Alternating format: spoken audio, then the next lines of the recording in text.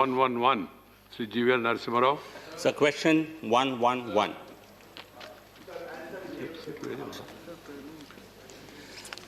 Sir, Honorable Minister has replied that as per the Part 3 of Constitution Schedule Caste Order 1950, only those who profess a religion different, no person who professes a religion different from Hindu, Sikh or Buddhist religion shall be deemed to be a member of the scheduled caste. So indirectly he has answered my question that people erstwhile scheduled caste who converted to Christianity or Islam are ineligible to contest from reserved seats. My question is, when you say profess, a large number of elected representatives, MLAs, MPs, ministers who got elected from reserved seats, they openly state that we profess Christianity. They even practice it. So they even propagate it. Therefore, I would like to ask the Honorable Minister, as a government that is interested in protecting and promoting interests of scheduled castes, what protection can you give to scheduled castes who belong to Hindu, Sikh and Buddhist religions to get elected from these reserved seats? Thank you. So I must begin with a word of apology, sir. In clause 5 of this answer, there is some grammatical error, sir. I sincerely apologize. I had given instructions, sir. It should be read, sir. However, the constitutional framers were keen to end the discrimination against SC, which was unfair and wrong tradition of Hindu society, which needed constitutional correction. This should be the right approach, sir. I'll make a proper request for that. Sir, let me share with this House, sir. When the question of reservation and empowerment of our scheduled caste brethren and sisters and scheduled tribe came about, they were aware for the rationale for which this reservation has to be given. Scheduled caste discrimination was a wrong practice of Hindu society. They were aware. And our tribal friends were away from the society in jungles. They needed to be brought in the mainstream.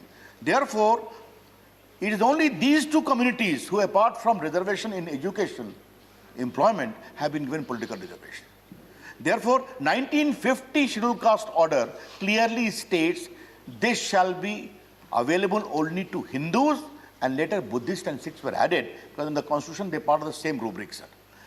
The law is very clear, sir, and we uphold this law. We don't want to dilute this law. We don't want to make any compromises. Right. If there are any specific questions of any specific MP's behavior, MLA's behavior is there, that can be looked into. But the status of law is clear, and the Representation of People Act is also clear. You must be a proper scheduled caste assigned under 341 in a particular state. Right. Second supplementary. Yes, so because there is a gross misuse of a constitutional provision, I request Honorable Minister to consider having a special provision under Part 2 of the Representation of People Act dealing with disqualifications because such a mention will actually empower the courts and even the Election Commission of India to adjudicate on matters concerning the ineligibility of some candidates who get elected from reserved seats but have converted to other religions like Christianity or Islam. Don't mention religion. No. Sir, as far as this particular part is concerned, sir, there is a very robust provision of challenging the election in the election laws of India. And if a person wrongly claims to be one belonging to the scheduled caste or scheduled tribe and has taken the benefit to get elected, his election can be set aside. It has been set aside. Therefore, a proper, robust mechanism is there. At the time of nomination also, before the returning officer, objection can be filed, and there is no proper certificate, his candidature can be rejected. I think there has to be greater awareness, but I take his point that the government, the Election Commission, all need to work together to ensure greater awareness about these provisions. Digvijay Singh. Chairman, sir, I'm very happy that the Honourable Minister has corrected the answer A and B, para 5, but I would like him to look into the issue that who was the person who is responsible for this and he should be punished. My question to you, sir, through you to him, sir, is it a fact that Justice Ranganath Commission report had specifically mentioned that the discriminatory behavior about the present acts, that the Muslims and the Christians would be denied the right if they convert to sort of Christianity or Islam and among the scheduled caste. So there are Hela communities among the Muslims who are doing the scavenger's task also, but they are denied the SC. Right. What is your question? My question is it a fact that Justice Raghunath Commission report had it recommended that these two should also be included in the scheduled caste? मंत्री जी. मैं बहुत विनम्रता से वरिष्ठ member Digvijay Singh की बात का उत्तर देना चाहूंगा। रंगनाथ मिश्रा जी की अनुशंसाओं पर हमारी गंभीर आपत्ति है, क्योंकि जब समय संविधान बना और 1950 का आदेश बना, हम नहीं थे, उनकी पार्टी के वरिष्ठ नेता। ना सर, मैं कंप्लीट पार्टी छोड़ दीजिए. हाँ. अच्छा, all right, I withdraw. Okay, all right. I have already said it. Please, Digvijay Singh ji. I have, once I say something, member should not, right. I said it myself. Chair has said it. Sir, He also said, he agreed.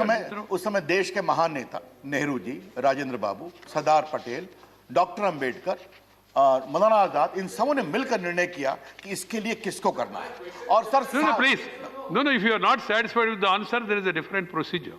Please. उत्तर तो मैं अपने तरीके से हाँ, दूंगा।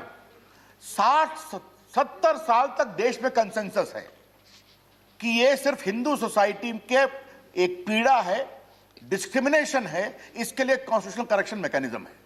अब उन्होंने पूरा इस कंसेंसस को तोड़कर बाकी कह दिया। अब सर, उस प्रश्न में मैं नहीं जाऊंगा, कन्वर्शन किस कारण से हुआ, क्या क्या इंड्यूसमेंट हुआ, और क्या कहा गया कि हमारे यहां सबको इक्वल करते हैं। तो अगर आपके यहां सबको इक्वल करते हैं तो आपके यहां डिस्क्रिमिनेशन कहां पर है? बहस बहुत लंबी होगी sir. Yes, because Sri Samir Varan, Lok Sabha. Samir Varan, Lok Sabha.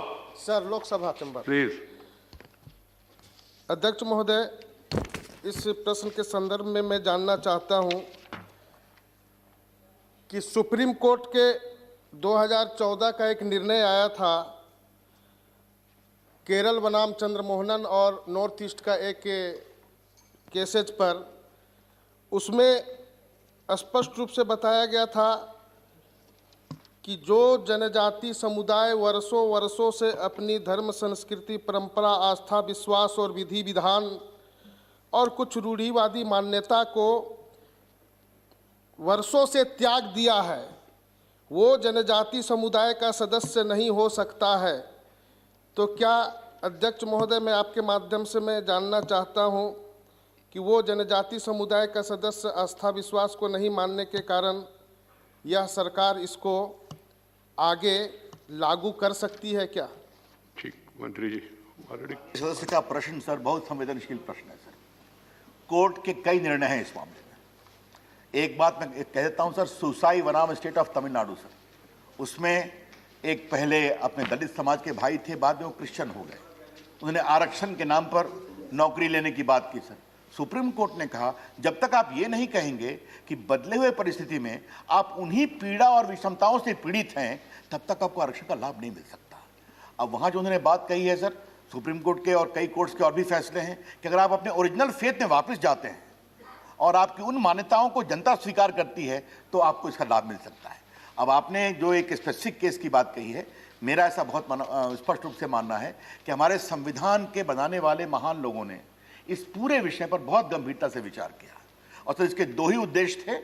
अपने जो वनवासी जंगल में हैं उनको समाज की मूल धारा में लाना है, इसलिए वहाँ पूजा पर कोई नियंत्रण नहीं है। लेकिन जो हमारे दलित बंधु हैं वो हिंदू समाज की एक दुर्भाग्यपूर्ण विषमता थी, इसलिए उनमें करेक्शन करना जरूरी है, इसलिए आरक्षण का लाभ दिया। Right. ये प्रिंसिपल को हमें ध्यान रखना जरूरी है। ठीक है, वो समीर ऐसे क्षेत्र से आते हैं जहाँ ये समस्या गंभीर है, इसलिए. राइट. क्वेश्चन 112.